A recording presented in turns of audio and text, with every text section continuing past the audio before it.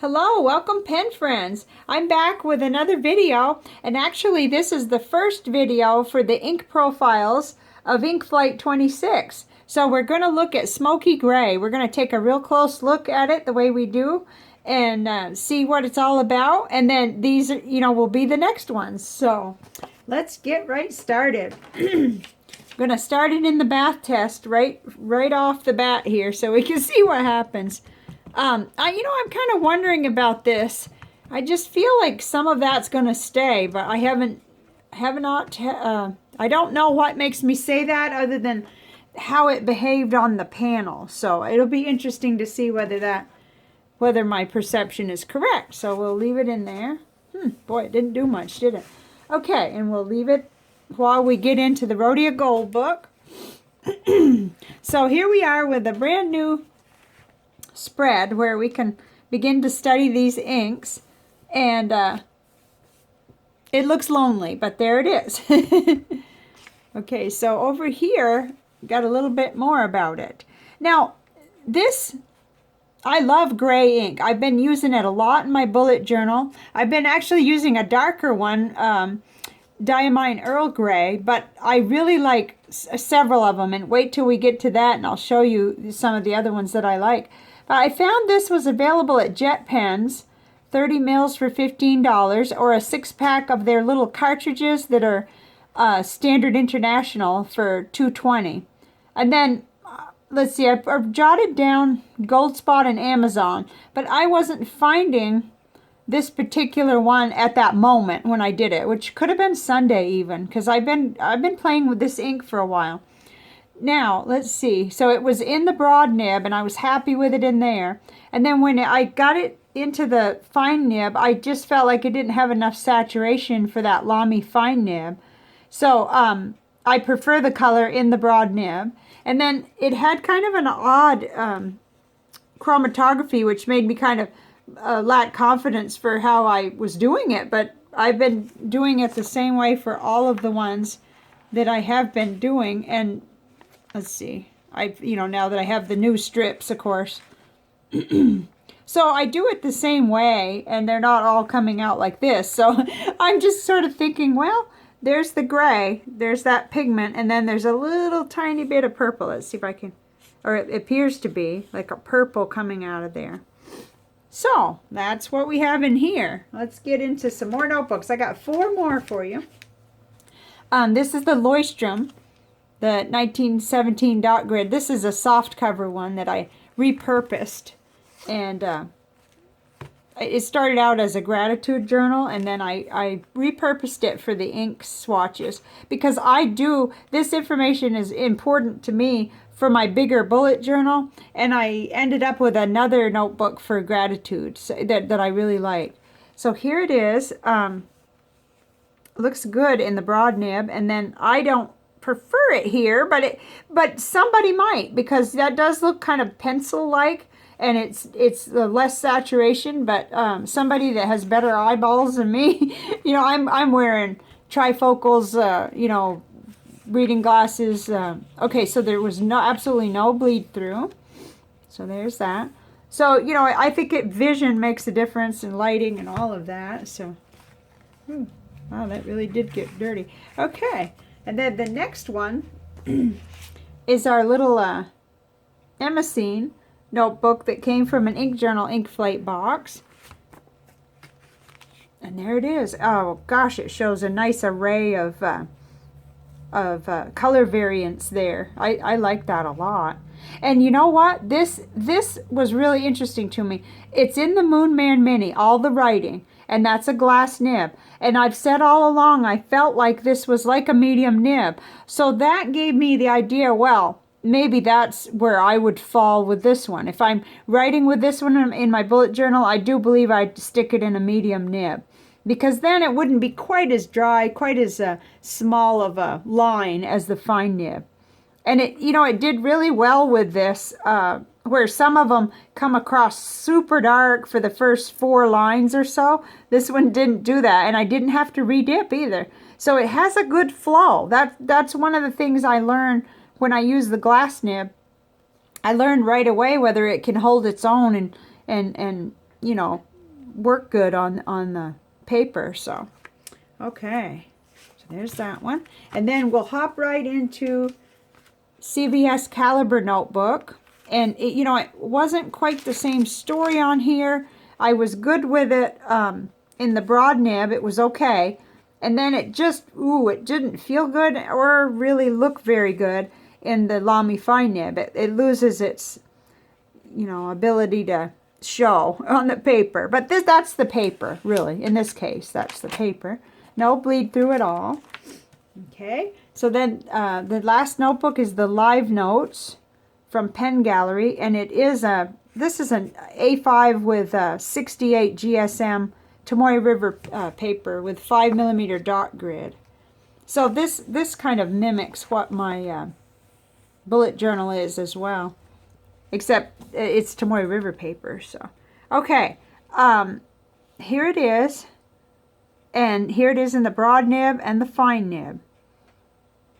So I shouldn't keep saying I don't like it in the fine nib. You know, that's just for me. That's all. Let's go ahead and turn it over and see how it. Okay, even the painted on portion of the ink doesn't bleed through, so that's cool. Very nice. Huh. Okay, so let's get on to the paper samples. Whoops, I should have kept that one there. I forgot to label all the tops of these new ones, so it's kind of over in the corner. This is the 52 gram Tomoe River, and this is white. Let me grab that notebook real quick, because sometimes I think it's worth it to kind of compare what they do, but it's hard to do when you're comparing, and with a tripod, comparing the white in the back there with the kind of ivory or cream in the front. But there is a distinct difference. Let me go ahead and see how close we can get it. And yet they both look really nice in the, so if you were going to do art in your bullet journal or your Tomoe River paper journal, I'd like you to be able to see that. So let's put this one away now. It's really hard to hold them both up there. Okay, so in the broad nib and the fine nib, and you know, no problems with flow or anything. All it is like it looks like I have to rub my eyes here in the Lamy fine nib. That's all. Okay, and then here is Clairfontaine 90 gram French ruled paper. Oh, I forgot to turn that one over. Let's see. No, and it's not saturated enough to bleed through that paper, which, you know, we've seen it bleed through in most other cases. Okay, here it is, broad and fine nib. Nice, you know, just a little bit lighter than I like there in the bottom. And of course, it wouldn't go through that. That stuff is really, really good paper. Okay, trying to get my fingers from sticking together here. Here is Rhodia 90 gram dot grid paper. It comes right off a dot grid pad. And I thought that the fine nib did a little bit better on this paper.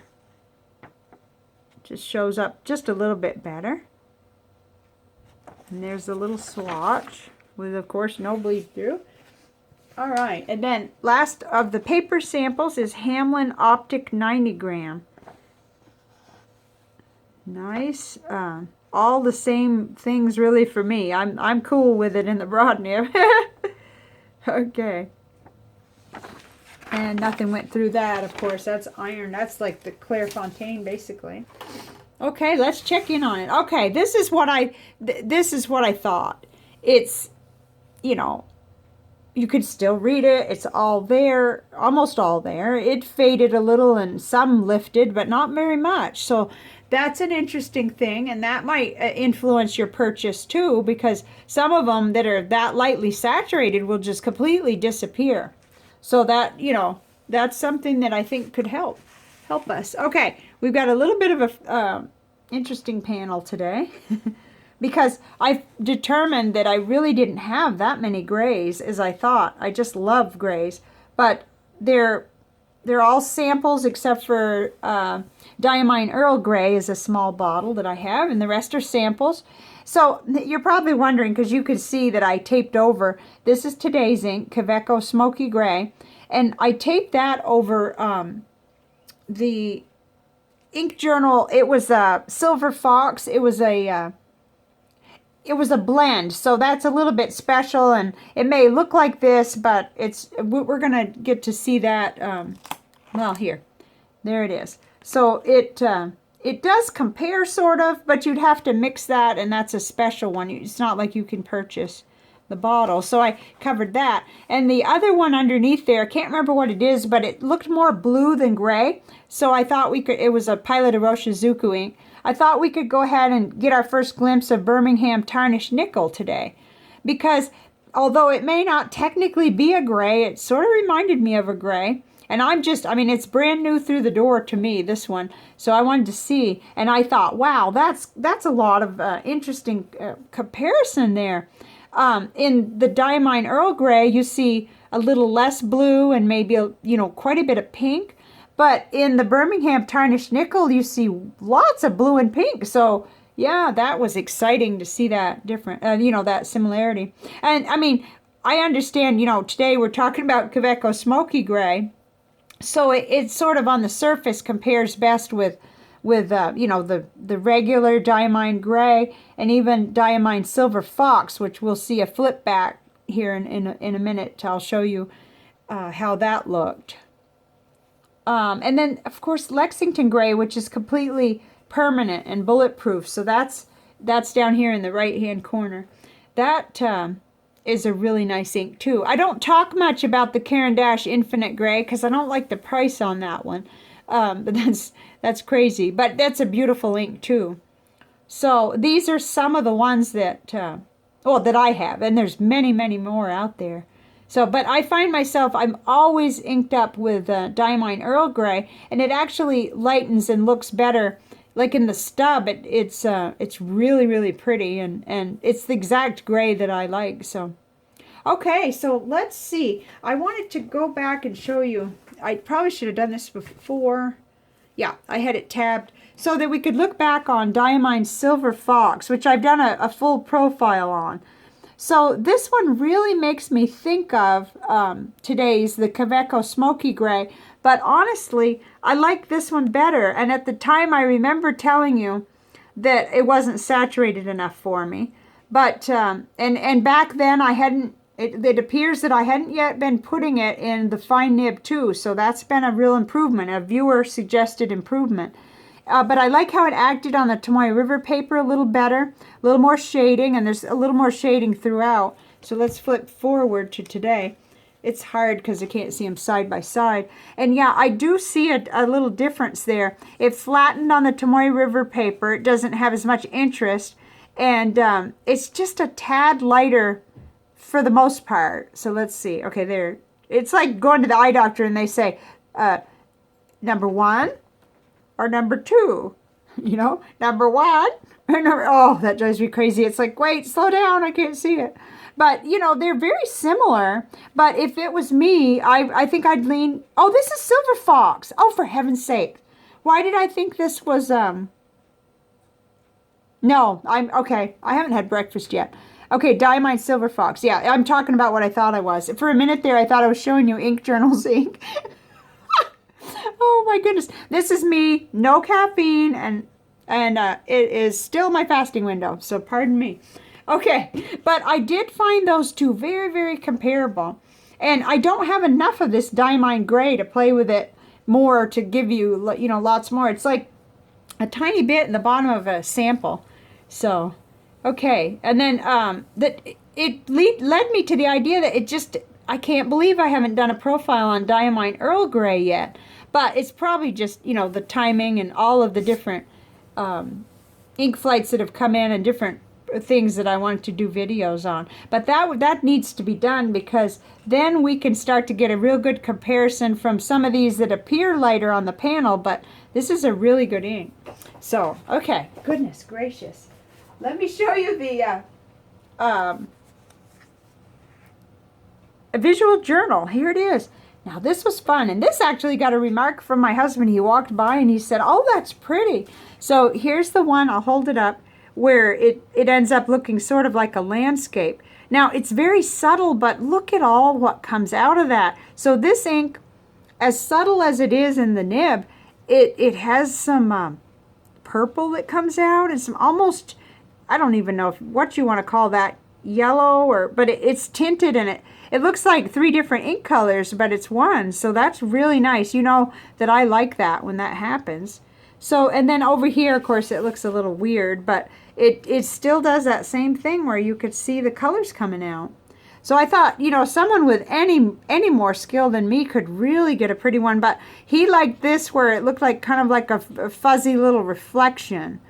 And then, of course, this tree looks like it's further back, so this did make sense. And I thought, oh, that's neat. I mean, it's all serendipity. It just, however it came out, other than I dotted in to try to add trees.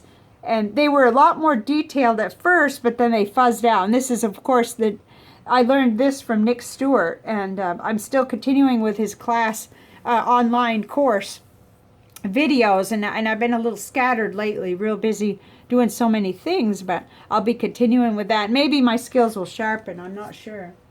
Okay, so as far as what's next, what's next is breakfast, but you know, what's next for inks is summer purple, and isn't that pretty?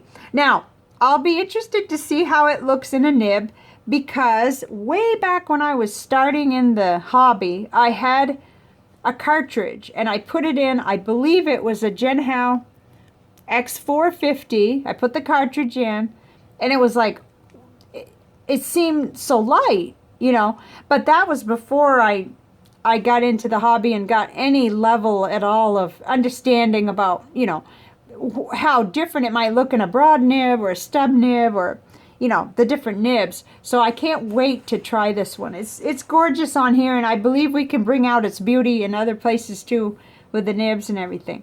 So that's it for the video part. I got a couple little bits and pieces I wanted to just talk about for those who wanted to stick around for a couple minutes. But yeah, that's gonna turn out to be one that, you know, you wouldn't have to totally worry about, but it's not completely permanent either. It's there though. That's interesting. Okay, so I've been working on one thing that I'm really happy with. I did get all my bottled inks kind of put onto one sheet of paper. I have 39 now. Some of them are very small, like a little 30 mil. A lot of these Diamine ones are little 30 mil, but still, that was a happy thing, because you know, I don't know why, but I don't work well with spreadsheets. I know it would be better because I need to be able to do it by color, do it by brand, do it by, you know, I understand the value, and I need to dig out my computer my laptop that does better with that. But anyway, that was exciting. I felt like that was really helpful. And then another thing that I just wanted to mention in case you were interested, so what happened is, you know, I watched SBRE Brown, Stephen, and I love his videos. But I ran across, he's doing a series on a book he's reading on Stoicism. And you've probably already seen him, I don't know. But I just wanted to mention it in case you haven't. He's reviewing, or, you know, well, not reviewing, but he's talking about each chapter in this book called How to Be Free. And there's more to it, so I'll just link it. I'll just link it for you. But what I wanted to say was, about a year and a half ago, I read a book in a book club that was chosen. It was called How to Be a Stoic, and it was by Massimo Pugliucci or something like that. I'm not sure. Anyway, I loved the book. I got a lot out of it, and I took notes, and I copied those notes from a notebook into a bullet journal, and I keep going after that old bullet journal to refer to it. You know, it's last year's journal, so I keep going in the other room and getting it and referring to it. So anyway, after watching Stephen Brown's videos, I started to try to decide whether I wanted to read the book he's reading.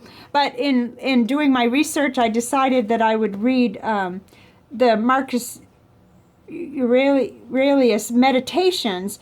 And it seemed to be a lot of guidance about starting with this one. So this is my second book to read about Stoicism. And this is his journal, and it's like, it never was meant for publication, and oh, it's so good. Anyway, for me, I really like it. It's helping me with things like negative thoughts, and what can I control and what can't I control, and you know, and I got some emails too. I got on the Daily Stoic like a 7-day little introduction to Stoicism, just so I could kind of see what else I could learn, because I love to read and learn. Anyway, it's been really, really fun. And I've shared some of the quotes on Instagram. Whoops, that was terrible. I didn't mean to do that. The other thing is working in my bullet journal, using my pretty tabs from Robin at Art Journal Girl.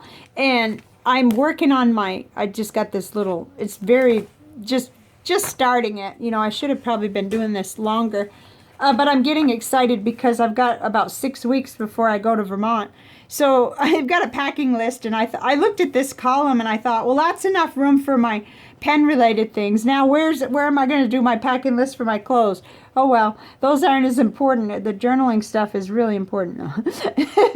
So I'll have a place for my confirmation number, and then I'm looking at, I'll probably start Xing the days off, and then my trip will be in May. So I haven't nailed down the dates yet, but I have saved the money for the ticket and the spending money, and I've got a place to stay for most of the part, just a little bit where when I first get into town where my mom lives, I'll need a motel room. So I'm going to be working on this. It's just starting, but this is the beauty of a bullet journal, being able to you know, customize it and make it work for you, and I just love it. So it started, it's like a place, and I may need another spread, I don't know. It doesn't matter, because the pages are numbered, and I can index, and I can tab, and I mostly benefit from weekly, you know, weekly spreads. So that's another thing. And you know, I'm just trying to have a little bit better balance where I'm not all doing just one thing. So there's my chatty ending, and we'll come back. I'll be coming back soon with Summer Purple, and I hope it retains any of that beauty in the nib. So we'll find out. Thank you very much for joining me. Bye for now.